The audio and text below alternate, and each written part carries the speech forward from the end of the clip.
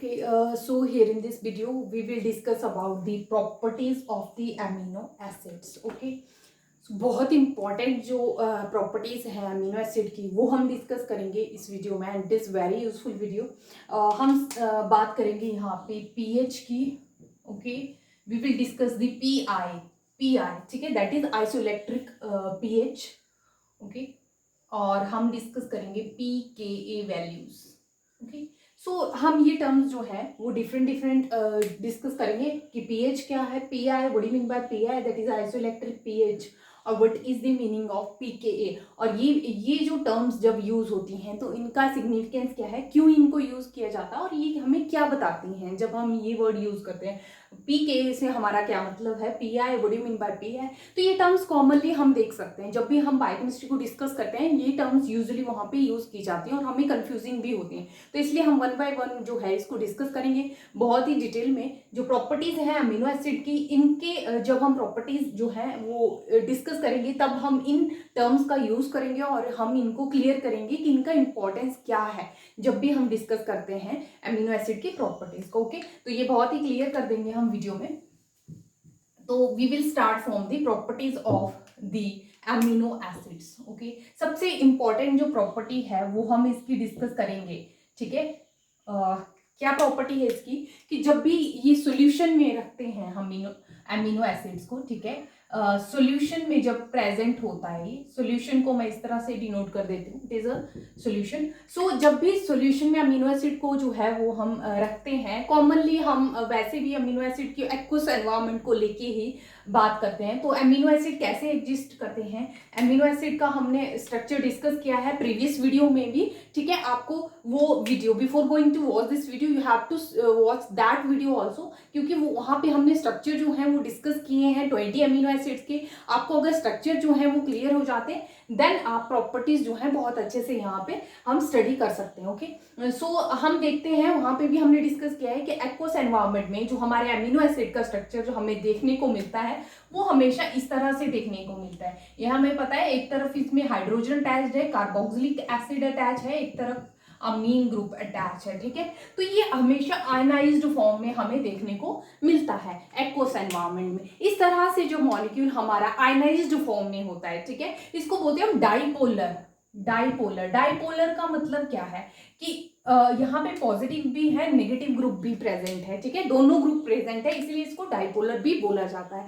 तो इस तरह से जब हमारा मॉलिक्यूल है जिसके पास दोनों ग्रुप है, पॉजिटिव ग्रुप कंटेनिंग भी है और नेगेटिव ग्रुप कंटेनिंग भी है, तो इस तरह के जो मॉलिक्यूल है जब अमीनो एसिड का प्रेजेंट होता है, डाइपोलर इसका नेचर है, तो उसको बोला जाता है ज्विटर आयन. तो हम इसकी नेमिंग क्या कर देते हैं, ज्विटर आयन. ये हमने कॉमनली टर्म सुनी होती है, ज्विटर आयन. ओके, तो ज्विटर का अगर हम वैसे मीनिंग समझें, ज्विटर का मतलब ही हमें क्या होता है, हाइब्रिड होता है. ज्विटर का जो मीनिंग है दैट इज हाइब्रिड. तो इस वर्ड का मीनिंग होता है इंग्लिश में हाइब्रिड.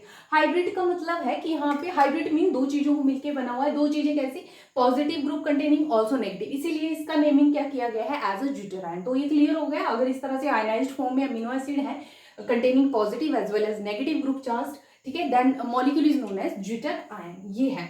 ओके, तो ये फर्स्ट प्रॉपर्टी है कि अमीनो एसिड क्या है, एक्वस एनवायरनमेंट में एज ए ज्विटर आयन जो है वो एग्जिस्ट करते हैं.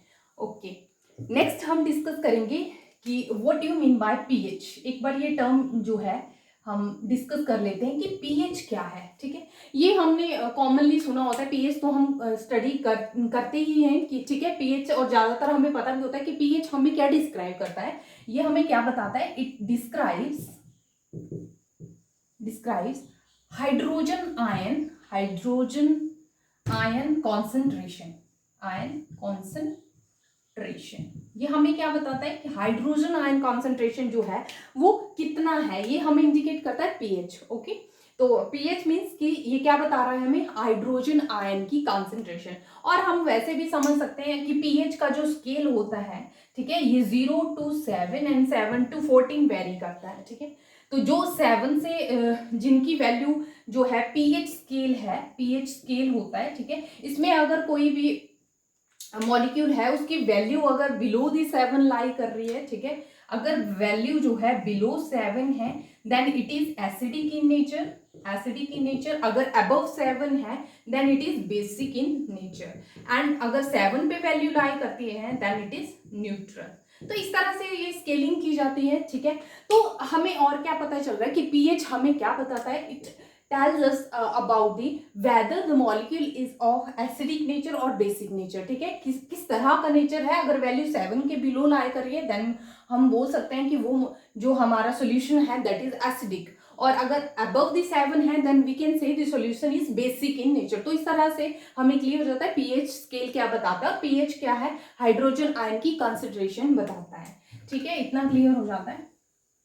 नेक्स्ट हम पीएच का एक और चीज डिस्कस करेंगे कि what do mean by low pH. Low pH means, low means 0 to 7, जो लो पीएच हम बोलेंगे, ठीक है। तो अगर हमारी मान लो लो पीएच है, लो पीएच है, ठीक है, लो पीएच का मतलब क्या है कि एसिडिक पीएच की बात कर रहे हैं हम, ठीक है, एसिडिक पीएच, ठीक है, मींस बिलो 7 जो है वैल्यू लाई करें। लो पीएच का और अगर हम मीनिंग समझे तो it means high concentration of hydrogen, okay.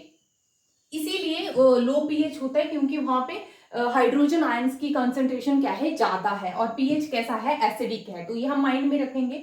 अगर हमारा लो पीएच है that means high concentration of hydrogen, और मान लो अगर हमारा हाई पीएच है, if pH is high then it is less concentration of hydrogen, ठीक है, वहां पे हाइड्रोजन की लेस कंसंट्रेशन होगी, और अगर हमारी पीएच एसिडिक है तो वहां पे क्या होगी, हाई कंसंट्रेशन ऑफ हाइड्रोजन है। तो इतना हमें माइंड में क्लियर करना है पीएच के बारे में, ओके। नेक्स्ट हम डिस्कस करेंगे, तो पीएच का यहाँ पे जो है थोड़ा हमने आइडिया लिया है। अब हम नेक्स्ट डिस्कस करेंगे what is pi, what do you mean by pi, ये टर्म हमें क्या बता रहा है, what is the meaning of this pi, ठीक है। इसका फुल फॉर्म है iso electric pH. What do mean by this iso electric pH.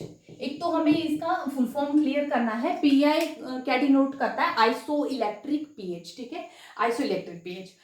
तो ये क्या है, आइसो इलेक्ट्रिक पीएच मींस एक ऐसी पीएच एट विच, ठीक है, हमारा जो मॉलिक्यूल है, ठीक है, इट एग्जिस्ट, ये किस तरह से एग्जिस्ट करता है, it exist as a dipolar और ज्विटर आयन, ठीक है, ज्विटर आयन।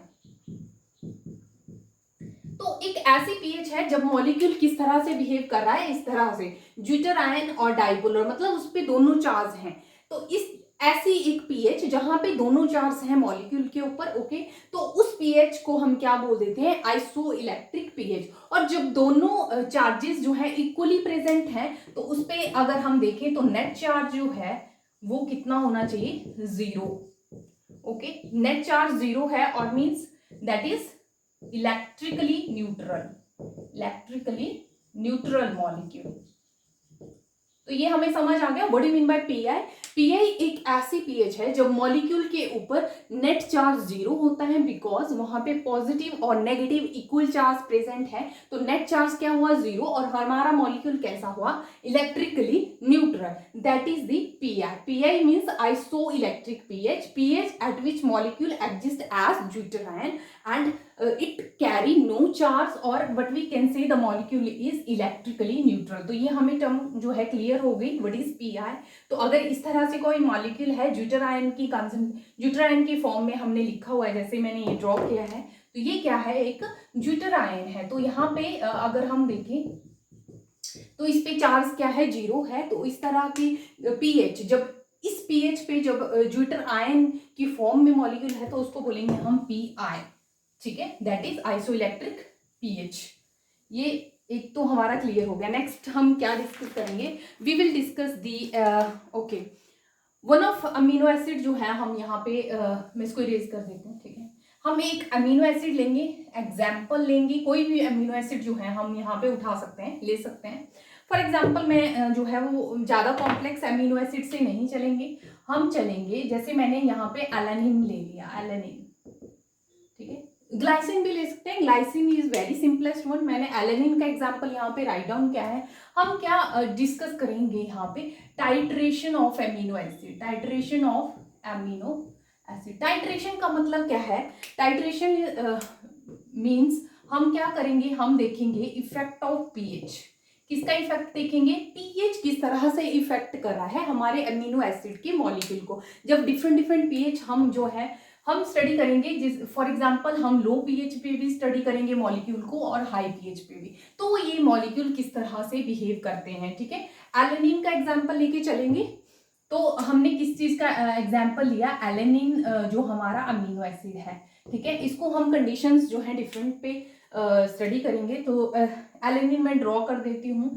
यहाँ पे आर ग्रुप जो है वो CH3 है, कार्बन है, and then hydrogen, here it is amine group, okay, and here it is carboxylic group, okay। ये इस तरह से होता है, बट हम यहाँ पे केस स्टडी करेंगे जब हमारा लो पीएच है। लो पीएच है, लो पीएच का मतलब क्या है, अभी हमने डिस्कस किया। लो पीएच से मतलब है high concentration of, high concentration किस चीज की, हाई कंसंट्रेशन है हाइड्रोजन आयंस की। ठीक है, अगर हम मॉलिक्यूल को लो पीएच पे ले रहे हैं तो इट मींस वहां पे जो हाइड्रोजन आयंस हैं उनकी कंसंट्रेशन ज्यादा है। तो जब ऐसा है, ठीक है, जब हम लो पीएच की बात करेंगे, तो मान लो मैंने एलेनिन को कहाँ पे रखा, एट दी लो पीएच। तो लो पीएच पे क्या होगा, हाइड्रोजन आयंस की कंसंट्रेशन इसके सराउंडिंग ज्यादा है, तो ये जो है इसका हाइड्रोक्सिल कार्बोक्सिलिक ग्रुप है, ये प्रोटोनेटेड फॉर्म में रहेगा। क्या है ये, यहाँ से हाइड्रोजन जो है इस पे अटैच हो जाएगा, क्योंकि इसके सराउंडिंग में हाई कंसंट्रेशन है हाइड्रोजन की जब लो पीएच की बात कर रहे हैं। तो ये क्या होगा, फुली प्रोटोनेटेड है, फुली प्रोटोनेटेड। तो मॉलिक्यूल कैसे रहेंगे, फुली प्रोटोनेटेड मींस हाइड्रोजन जो है यहाँ भी कैरी कर रहा है और यहाँ पे भी नाइट्रोजन जो है NH3 पॉजिटिव की फॉर्म में है, तो यहाँ पे फुली प्रोटोनेशन हुई है। ठीक है, तो अगर लो पीएच की हम बात कर रहे हैं तो हमारा कार्बोक्सिलिक एसिड फुली प्रोटोनेटेड है। इस कंडीशन में क्या है, तो ये कैसी कंडीशन है, लो पीएच की। ठीक है, लो पीएच। और यहाँ पे अगर हम मैं नेट चार्ज की बात करूं तो चार्ज कितना है मॉलिक्यूल के ऊपर, दैट इज +1। ठीक है, चार्ज कितना है इसके ऊपर, +1 चार्ज है। ठीक है, +1 चार्ज है, that is due to this amine group. Okay, इसके ऊपर +1 चार्ज है एट द लो पीएच, क्योंकि यहाँ पे नेगेटिव चार्ज होना था, but due to low pH ये फुली प्रोटोनेटेड फॉर्म में है, तो इस पे कोई चार्ज जो है नहीं। तो अगर हम नेट चार्ज मॉलिक्यूल पे देखें तो यहाँ पे क्या है, +1 चार्ज है। ओके, नेक्स्ट हम एक और कंडीशन जो है यहाँ पे स्टडी करेंगे। नेक्स्ट हमने क्या किया, मान लो हमने इंक्रीज किया थोड़ा सा पीएच, हमने क्या किया, इंक्रीज किया पीएच। अब पीएच इंक्रीज करने का मतलब है हमने हाइड्रोजन की जो कॉन्सेंट्रेशन है आयंस की उसको डिक्रीज कर दिया। ठीक है, जैसे जैसे पीएच इंक्रीज होगा हाइड्रोजन आयन कॉन्सेंट्रेशन डिक्रीज होगा। तो हाइड्रोजन आयंस की अगर कॉन्सेंट्रेशन डिक्रीज हुई है, ओके, तो ये जो आयन, ये ग्रुप क्या है, आयनाइजेबल ग्रुप है। ठीक है, आयनाइज्ड फॉर्म में एग्जिस्ट करते हैं। तो हमारा अगर हम एलेनिन की बात करें तो इसमें 2 ग्रुप जो है वो आयनाइज्ड फॉर्म में है, that is NH3 and carboxylic acid. Okay, सारे जो हमारे अमीनो एसिड है ऑलमोस्ट उनमें 2 ग्रुप ही आयनाइज्ड होंगे, रेस्ट एक्सेप्ट जो हमारे एसिडिक, बेसिक और कुछ और अमीनो एसिड हैं जिनमें 3 भी प्रेजेंट हो सकते हैं आयनाइजेबल ग्रुप। बट जो ये हमारे जो एलिफेटिक वाले जो अमीनो एसिड हैं एंड अदर अमीनो एसिड, इनमें मोस्टली 2 जो हमारे ग्रुप हैं ये ही आयनाइजेबल है, means they can lose the hydrogen ion और they can gain the hydrogen ions. तो यहाँ पे क्या है, अब अगर हमने इंक्रीज किया पीएच इंक्रीज करने का मतलब है हमने हाइड्रोजन आयंस की कॉन्सेंट्रेशन को डिक्रीज कर दिया है। तो यहाँ पे क्या होगा, ये जो कार्बोक्सिलिक एसिड ग्रुप है, ठीक है, ये जो कार्बोक्सिलिक एसिड ग्रुप है इस तरह से ये जो है अपना हाइड्रोजन यहां से लूज कर देगा। ठीक है, प्रोटॉन लूज कर दिया इसने, एंड अब क्या है, अब जो है ये डीप्रोटोनेटेड फॉर्म में है। ठीक है, इसके पास कोई प्रोटॉन ग्रुप नहीं है, तो इसलिए ये क्या है, डीप्रोटोनेटेड है। और ओके, सो अगर हम यहाँ पे चार्ज अगर हम देखें तो यहाँ पे जो नेट चार्ज है वो क्या होगा, नेट चार्ज क्या है, 0, क्योंकि यहाँ पे पॉजिटिव चार्ज भी है नेगेटिव चार्ज भी है, तो नेट चार्ज कितना है मॉलिक्यूल के ऊपर, 0। अब हमने एक और चीज की, हमने अगेन क्या है, अपने पीएच को इंक्रीज किया, हमने और ज्यादा पीएच को इंक्रीज कर दिया। तो जब हमने पीएच को और इंक्रीज किया मीन्स हमने जो हमारे कंसंट्रेशन है हाइड्रोजन आयंस की इसको और ज्यादा डिक्रीज कर दिया। ओके, तो जब सराउंडिंग में हाइड्रोजन आयंस कम है, ठीक है, और ज्यादा कम है मींस हमने और ज्यादा पीएच को इंक्रीज किया है, तो ये वाला जो इसका ग्रुप है, ठीक है, जो आयनाइजेबल ग्रुप है ये भी डीप्रोटोनेटेड हो जाएगा। ठीक है, ये भी अपना प्रोटॉन जो है वो लूज कर देगा क्योंकि सराउंडिंग में प्रोटॉन्स कम है। तो इस वजह से ये क्या फॉर्म करेगा, ये इस तरह से स्ट्रक्चर फॉर्म करेगा, that is CH3CH COO negative and NH2। ठीक है, NH2 इसने यहां से अपना प्रोटॉन जो है वो डोनेट कर दिया, दैट इज डीप्रोटोनेटेड हो गया ये भी। अब अगर हम नेट चार्ज देखें तो कितना है, नेट चार्ज क्या है मॉलिक्यूल के ऊपर, दैट इज इक्वल्स टू -1। ठीक है, तो ये हमने इफेक्ट देखा, एलेनिन मॉलिक्यूल को हम स्टडी कर रहे हैं। ठीक है, जैसे ही हमने लो पीएच किया, लो पीएच का मतलब क्या है, हमने प्रोटॉन की कंसंट्रेशन को इंक्रीज किया। ठीक है, लो पीएच की बात है ये हमने लो पीएच की बात की and it is high pH. ठीक है, यहाँ पे हमने हाई पीएच की बात की। तो अगर लो पीएच है मींस हाई है हाइड्रोजन आयन कंसंट्रेशन सराउंडिंग में, तो ये भी प्रोटॉन गेन कर लेगा, प्रोटोनेटेड फॉर्म में है। तो यहाँ पे फुली प्रोटोनेशन हुई है अमीनो एसिड एलेनिन की, तो नेट चार्ज क्या है +1, that is due to this amine group. Okay, next हमने इंक्रीज किया पीएच को मीन सराउंडिंग में जो हाइड्रोजन आयन कंसंट्रेशन है वो डिक्रीज करेगी, जैसे जैसे पीएच इंक्रीज करेगी हाइड्रोजन की कंसंट्रेशन डिक्रीज करेगी, और ये जो हमारा आयनाइजेबल ग्रुप है ये अपने फिर प्रोटॉन लूज कर देंगे। ठीक है, तो ये डीप्रोटोनेटेड फॉर्म में आ जाएगा, और अमीन ग्रुप भी अगेन जब हम और ज्यादा पीएच को हाई करेंगे तो ये फिर अपना प्रोटॉन लूज करके अमीन ग्रुप में आ जाएगा। तो नेट चार्ज यहाँ पे -1। तो लो पीएच पे अगर मॉलिक्यूल पे चार्ज देखा जाए दैट इज +1। ठीक है, जैसे ही इंटरमीडिएट में क्या होगा, एक ऐसी स्टेज आएगी जब दोनों जो मॉलिक्यूल है पॉजिटिव और नेगेटिव चार्जेस दोनों हैं, तो नेट चार्ज 0 है, और फिर अगेन अगर हमने पीएच को इंक्रीज किया तो नेट चार्ज कितना है, -1। ओके, सो अब हमने ये जो है वो स्टडी किया। अब यहाँ पे एक और चीज आती है कि हम इस तरह से लिखते हैं pK1 pK2। ठीक है, ये pK1 एंड pK2 है क्या, ठीक है, pK1 pK2 या pKa, what is this pKa जो है इसी को हम pK1 भी राइट डाउन करते हैं, pK2 भी राइट डाउन करते हैं। कॉमन इसको pKa नेम दे दिया जाता है, बट जब दो ग्रुप प्रेजेंट हो, जैसे यहाँ पे दो आयनाइजेबल ग्रुप हैं, तो इसको pK1 एंड pK2 जो है वो नेमिंग कर दी जाती है। ओके, तो व्हाट इज दिस pKa है क्या, pKa है क्या, तो it is the equilibrium constant. ये क्या है, एक इक्विलिब्रियम कांस्टेंट है फॉर किस चीज के लिए, आयनाइजेशन। ठीक है, क्या है, कुछ नहीं है, एक आयनाइजेशन जो होता है जब मॉलिक्यूल का, उसके लिए एक कांस्टेंट जो है ये डिनोट करने के लिए हमने pKa लिखा होता है। क्या ये डिनोट करता है, it denotes equilibrium constant for the ionization.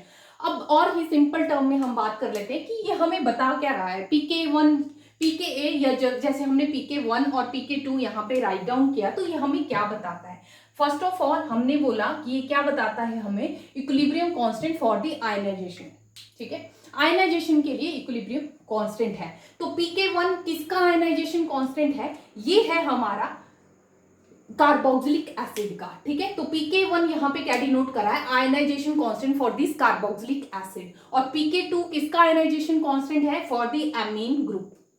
इतना क्लियर है, इसीलिए हमने नेमिंग K1 और K2 दे दी है। अब एक और चीज डायरेक्टली समझ लेते हैं कि ये हमें सिग्निफाई क्या कर रहा है, क्या बताते हैं pK1 और pK2 की वैल्यू हमें क्या डिनोट कर रही है। ठीक है, क्या बता रहा है ये, तो ये हमें अगर मैं pK1 2 या कॉमन pKa ही बोल दूं, ठीक है, तो ये क्या बताता है, ये हमें बताता है tendency of group to give up proton. Okay, क्या है, किसी मॉलिक्यूल की टेंडेंसी या किसी ग्रुप की टेंडेंसी है प्रोटोन लूज करने की या गिव अप करने की, उसको बताता है। सो एग्जाम्पल से समझ लेते हैं, मतलब pK1 क्या बता रहा है, COOH जो ग्रुप है कार्बोक्सिलिक एसिड, इसकी कितनी टेंडेंसी है अपना प्रोटॉन लूज करने की, वो बताता है हमारा pK1 वैल्यू या pKa वैल्यू। तो हमें क्या बताती है कि वो ग्रुप कितना जल्दी अपना प्रोटॉन जो है वो लूज करेगा, तो इसकी वैल्यू हमें ये बताती है। ठीक है, तो अगर NH3 पॉजिटिव है, इसको pK2 से डिनोट किया है, तो pK2 क्या वैल्यू है, ये वैल्यू बताती है कि अमीन ग्रुप की कितनी टेंडेंसी है अपना प्रोटॉन लूज करने की। तो हमें pKa या pK1 2 जिसको हम बोल देते हैं, pKr भी बोल देते हैं, कई बार pKr भी लिखा होता है, तो R हम तब यूज करते हैं जब थर्ड ग्रुप भी यहाँ पे इन्वॉल्व रहे, कोई और साइड चेन भी आयनाइजेबल है, तब हम pKr उसको डिनोट कर देते हैं। बट फिलहाल हम pK1 और 2 की ही बात करते हैं। तो ये हमें क्या बताता है, ये वैल्यूज बताती हैं कि उस ग्रुप की कितनी टेंडेंसी है प्रोटॉन को लूज करने की। तो हमने pKa भी डिस्कस किया कि क्या है, ये क्या बताता है। अब नेक्स्ट एक और पॉइंट से हम इसको क्लियर कर देते हैं। हमारे क्वेश्चन में मान लो pK1 and this is pK2, okay, ये वैल्यूज दी होती हैं। जैसे मान लो हमें pK1 की वैल्यू दी हुई है 2.34, ये मैंने राइट डाउन भी किया हुआ है। ठीक है, मैं इसको चेक कर लेती हूँ। pK1 की जो वैल्यू है एलेनिन की केस में, ठीक है, तो ये वैल्यू दी है 2.34 और pK2 की वैल्यू है इसकी दैट इज 9.69। ठीक है, तो ये वैल्यूज दी हुई हैं। तो pK1 जो है इसकी वैल्यू है 2.34 और pK2 की वैल्यू है हमारी 9.69। तो ये वैल्यूज दी हुई हैं। ठीक है, तो हमने बोला ये वैल्यू बताती हैं कि हमारा जो मान लो pKa1 जो है कार्बोक्सिलिक एसिड का बता रहा है कि कार्बोक्सिलिक एसिड कितने जल्दी अपना प्रोटॉन जो है वो लूज कर रहा है, और pK2 किसका बता रहा है, अमीन ग्रुप कितने जल्दी जो है अपना प्रोटॉन लूज करेगा। तो यहाँ पे pK1 जो कार्बोक्सिलिक एसिड की वैल्यू है वो लो है। ठीक है, ये लो है और हाई है। ठीक है, जिसकी वैल्यू जितना लो है उतनी ही ज्यादा जल्दी वो लूज करेगा अपना प्रोटॉन, और जिसकी वैल्यू मान लो इसकी वैल्यू जो है वो हाई है। ठीक है, हाई वैल्यू है, pK2 की वैल्यू हाई है, तो इट मींस कि इसकी उतनी ही कम टेंडेंसी है अपना प्रोटॉन लूज करने की। ठीक है, तो हम यहां से क्या बोल सकते हैं कि सबसे जल्दी जो है वो प्रोटॉन लूज कौन करेगा इन दोनों ग्रुप में से, कार्बोक्सिलिक एसिड, क्योंकि इसके pK1 की वैल्यू जो है वो कम है। तो यहीं से हमें पता लगता है कि ये हमें बताता है कि इसकी कितनी टेंडेंसी है अपना प्रोटॉन लूज करने की। तो सबसे ज्यादा जल्दी कौन अपना प्रोटॉन लूज करता है, COOH। इसीलिए जब मैंने लो पीएच पे लिखा, जब मैंने इंक्रीज किया पीएच, तो सबसे पहले कार्बोक्सिलिक ग्रुप ने अपना प्रोटॉन लूज किया है। तो यहाँ पे अमीन ग्रुप भी तो लूज कर सकता था, बट इसकी वैल्यू ज्यादा होती है, इसी वजह से कार्बोक्सिलिक एसिड जो है सबसे पहले अपना प्रोटॉन लूज करेगा। तो यहाँ में सिग्निफिकेंस समझ आ गया pK1 और pK2 वैल्यू का। इनका एक और यूज किया जाता है। ठीक है, बहुत इंपॉर्टेंट टॉपिक है, यहाँ से क्वेश्चन भी पुट ऑन होते हैं एग्जाम में। क्या होता है कि हम पीआई की वैल्यू भी फाइंड आउट कर सकते हैं। ठीक है, आइसोइलेक्ट्रिक पीएच भी हम निकाल सकते हैं। मान लो हमारे पास pK1 की वैल्यू दी हुई है दैट इज 2.34 और हमें pK2 की वैल्यू दी हुई है दैट इज 9.69। अब हमें पूछा गया है कि what is the isoelectric pH for the alanine. ठीक है, तो हमें क्या पूछा गया है, एलेनिन के लिए आइसोइलेक्ट्रिक पीएच हमने फाइंड आउट करनी है, और हमें क्या दिया है, pK1 और pK2 की वैल्यूज हमें दी गई हैं। तो जब हम पीआई निकालते हैं तो हम इनका क्या करते हैं, एवरेज निकालते हैं that is pK1 plus pK2 divided by 2। तो ये हमारे पास आ जाता है that is 2.34 plus 9.69 divided by 2। 9.69 mean 9.7 भी हम ले सकते हैं। ठीक है, तो ये कितना आ जाता है 12। ठीक है, 12 डिवाइडेड बाय 2 और उसकी वैल्यू आ जाती है हमारे पास 6। तो आइसोइलेक्ट्रिक पीएच तो 6 है, तो पीआई कितना है एलेनिन के लिए 6 है। तो आइसोइलेक्ट्रिक पीएच क्या है, मतलब पीएच जब 6 होगी तब मॉलिक्यूल ड्यूटेरान की फॉर्म में एग्जिस्ट करेगा दैट इज दी पीआई। तो हम इस तरह से पीआई फाइंड आउट भी कर सकते हैं अगर हमें वैल्यूज दी हो pk1 और 2 की।